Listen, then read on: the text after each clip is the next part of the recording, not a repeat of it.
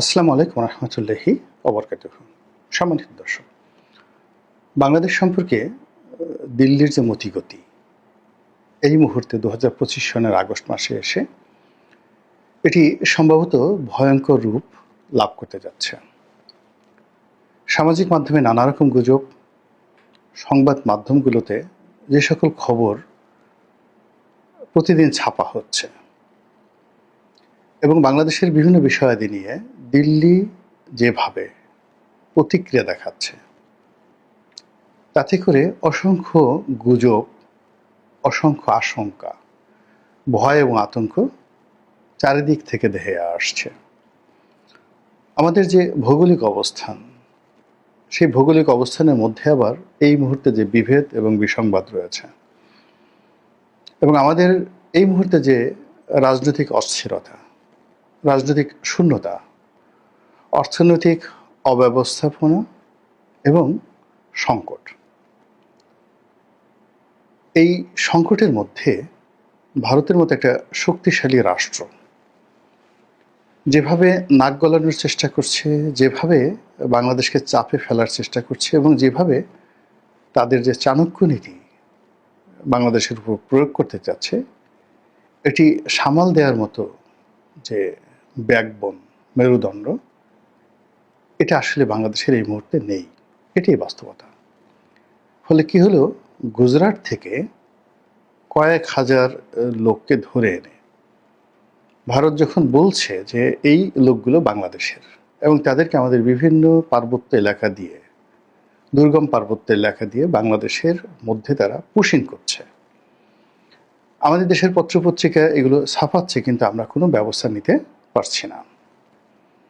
আমরা যখন দেখছি হাজার হাজার মানুষকে বাংলাদেশ এবং আসাম এই সীমান্ত দিয়ে বাংলাদেশের মধ্যে ঠেলে ঢুকানো হচ্ছে, মানে পুশিং করা হচ্ছে, বলা হচ্ছে যে এরা বাংলাদেশি, অবৈধভাবে ভারতে বসবাস করছিল এবং সীমান্তের ওপারে সেই বাঙালি মুসলমানদের উপরে ভারত যে জুলুম অত্যাচার করছে এবং তাদের বাড়ি ঘর ভেঙে তছনছ করে দিয়ে যেভাবে তাদেরকে রোহিঙ্গাদের মতো বিশেষ একটি ক্যাম্পে রাখা হয়েছে বাংলাদেশে পুশিং করার জন্য, ওই দৃশ্য কল্পনা করলে আমরা আতঙ্কগ্রস্ত হয়ে পড়ি। একটি যুদ্ধ ছাড়া এই পরিস্থিতি মোকাবেলা করা যায় না, অথবা একটি চমৎকার মিত্রতা ছাড়া, বন্ধুত্ব ছাড়াও এই পরিস্থিতি মোকাবেলা করা অসম্ভব।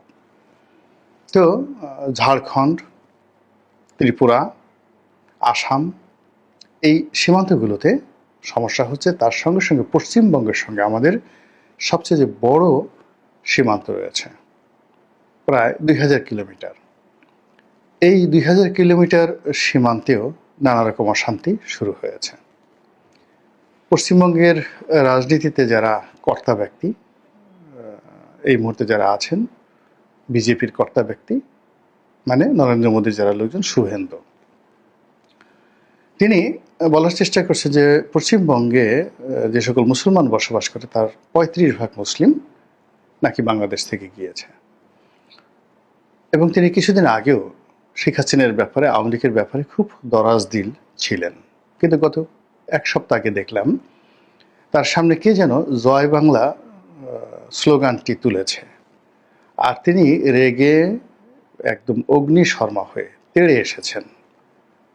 মানে জয় বাংলা স্লোগান শোনার সঙ্গে সঙ্গে তার মাথা খারাপ হয়ে গেছে এবং তিনি মনে করছেন যে শেখ হাসিনা বা আওয়ামী লীগ পশ্চিমবঙ্গের রাজনীতির জন্য, পশ্চিমবঙ্গের জন্য এমন একটা হুমকি যেটা আগামীর কেন্দ্রে, অর্থাৎ দিল্লিতে, রাজধানী দিল্লিতে, সেখানে আমরা এখনো পর্যন্ত কোনো বন্ধুত্বমূলক আচরণ কারোর জন্যই পাচ্ছি না। মানে ডক্টর মোহাম্মদ ইউনূস প্রাণান্ত চেষ্টা করছেন তাদের সঙ্গে একটা সম্পর্ক স্থাপন করার জন্যে, ফলাফল শূন্য। তারপর জামাত, বিএনপি তারাও চেষ্টা করছেন তাদের অ্যাঙ্গেল থেকে। তো সেখানে জাস্ট একটা ডিপ্লোম্যাটিক রিলেশন, এর বাইরে কোনো মিত্রতামূলক যে বন্ধন, ওটা ভারত এখনো পর্যন্ত জামাতের প্রতি প্রদর্শন করেনি, আর বিএনপির প্রতিও প্রদর্শন করেনি। অন্যদিকে যে শেখ হাসিনাকে ভারত আশ্রয় দিয়েছে, তো সেই শেখ হাসিনাকে ব্র্যান্ডিং করা, তাকে পুনরায় ক্ষমতায় বসানো কিংবা তাকে বাংলাদেশে ফেরত পাঠানো তাদের মতো করে।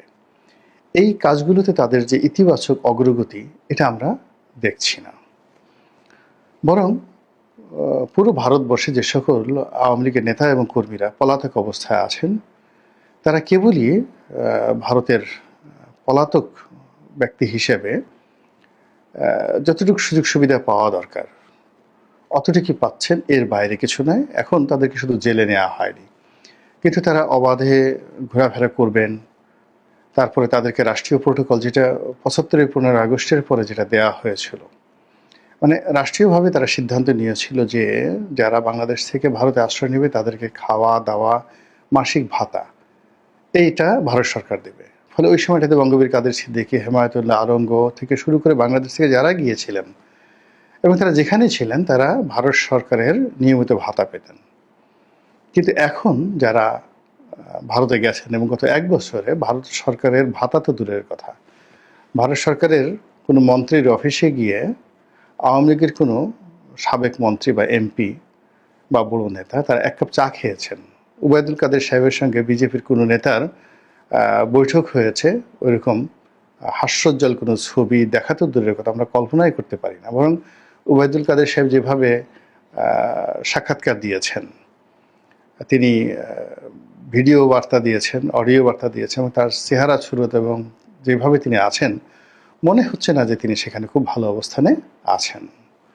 অন্যান্য যারা শীর্ষ নেতা রয়েছেন ভারতের, জাহাঙ্গীর কবির নানক, বাহাউদ্দিন নাসিম, তারপরে সাবেক স্বরাষ্ট্রমন্ত্রী জনাব কামাল, আসাদুজ্জামান খান কামাল, মানে তারা যে খুব নির্ভয়ে ভারত সরকারের আশ্রয়ে সেখানে বসে কোনো রাজনৈতিক কর্মকাণ্ড চালানো বা তৎপরতা চালানো এবং এটার জন্য যে লজিস্টিক সাপোর্ট ভারতের পক্ষ থেকে পাচ্ছেন, এরকম কোনো নজির আমরা দেখতে পাচ্ছি না। বরং আমরা দেখতে পাচ্ছি যে ভারত থেকে যাদেরই সামর্থ্য আছেন তারা অনেকেই, কেউ ইংল্যান্ডে চলে যাচ্ছেন, কেউ কানাডাতে চলে যাচ্ছেন, অস্ট্রেলিয়াতে চলে যাচ্ছেন, নিজের পক্ষে মালয়েশিয়া, সিঙ্গাপুরে যাওয়ার চেষ্টা করছেন। ভারতের চাইতে এটা তাদের কাছে সেফ জোন হিসেবে মনে হচ্ছে। এইগুলো একটা। সর্বশেষ হলো শেখ হাসিনা, তিনি কেমন আছেন, তার কন্যা সায়মা ওয়াজেদ পুতুল কেমন আছেন, তার সঙ্গে কি শেখ রেহানার যোগাযোগ আছে? শেখ রেহানা এখন কোথায় আছেন? তিনি কি দিল্লিতে নাকি তিনি লন্ডনে আছেন? তাদের সঙ্গে কি ধরনের সম্পর্ক? দুই বোনের মধ্যে কি সম্পর্ক আগের মতো আমরা যেভাবে দেখছি যে একে অপরকে নিয়ে খুনসুটি করছেন, দুজনে মাছ ধরছেন, দুজনে বরফের উপর দাঁড়াচ্ছেন, মানে তাদের সম্পর্ক দেখে মনে হয় যে পৃথিবীতে এরকম 80 বছর বয়সী কোনো সেই প্রবীণা বা 75 বছর বয়স্ক কোনো প্রবীণা, এই দুইয়ের মধ্যে যে বন্ধন সম্পর্ক, এরকম সম্পর্কটা আসলে পৃথিবীতে আর কোথাও নেই। শেখ রেহানা শেখ হাসিনার সম্পর্ক দেখে আমাদের মনে হয়েছিল তাদের মধ্যে কোনো সমস্যা নেই, কিন্তু প্রকৃতপক্ষে তাদের মধ্যে আমরা এখন বুঝতে পারছি যে হাজারো সমস্যা। সেটা সালমানকে নিয়ে, এস আলমকে নিয়ে, ব্যবসা নিয়ে, বাণিজ্য নিয়ে, রাজনীতি নিয়ে, আর অনেক কিছু নিয়ে ডে বাই ডে এই জিনিসগুলো বের হচ্ছে। তো সেটা এখন কোথায় আছে, কেমন আছে? জনাব সজীব ওয়াজেদ জয় শুনেছিলাম মধ্যে দিল্লিতে এসেছেন, তিনি তার মায়ের সঙ্গে দেখা করেছেন, কথা বলেছেন, এরকম একটা স্ট্যাটাস তিনি দেননি। তার ফেসবুক থেকে তিনি এ ধরনের কোনো বক্তব্য দেননি। তাহলে আসলে শেখ হাসিনা ওখানে বসে কি করছেন, কি বলছেন, তার কিছু ভিডিও আমরা দেখিনি এখন পর্যন্ত, অডিও বক্তব্য আমরা নিয়মিত শুনি, এবং এটা আওয়ামী লীগের যেটা ভেরিফাইড ফেসবুক পেজ রয়েছে সেখানে আসে।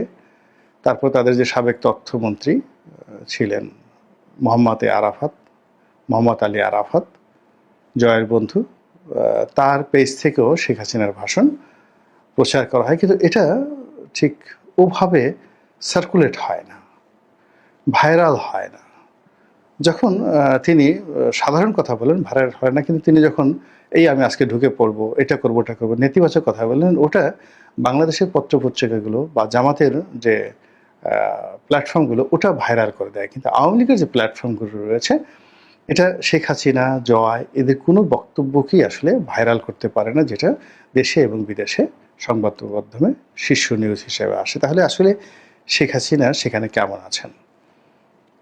যারা আওয়ামী লীগের সমর্থক তাদের বক্তব্য হলো যে তিনি খুব ভালো আছেন, সুস্থ আছেন, তাকে বাংলাদেশের সিংহাসনে মসনদে বসানোর জন্য ভারত এই আজকে এটা করবে, কালকে ওটা করবে। তারা চারিদিকে বিশাল আয়োজন করেছে। বিশেষ করে কলকাতা কেন্দ্রিক কিছু ইউটিউবার রয়েছেন, তারা সেই শিলিগুড়ি করিডর থেকে শুরু করে কলকাতাতে রয়ের যে স্টেশন রয়েছে এবং সেখানে নিয়মিত নরেন্দ্র মোদী গোপনে এসে বৈঠক করে বাংলাদেশে কীভাবে ইনসার্জেন্সি চালানো যায় এই ধরনের প্রচার অপপ্রচার কিন্তু বিদেশে চালানো হচ্ছে। কিন্তু এগুলো আমাদের দেশে আসলে ওভাবে জনগণের মধ্যে, আমি রিয়েলি বলছি, ওভাবে জনগণের মধ্যে কোনো আবেশ তৈরি করছে না।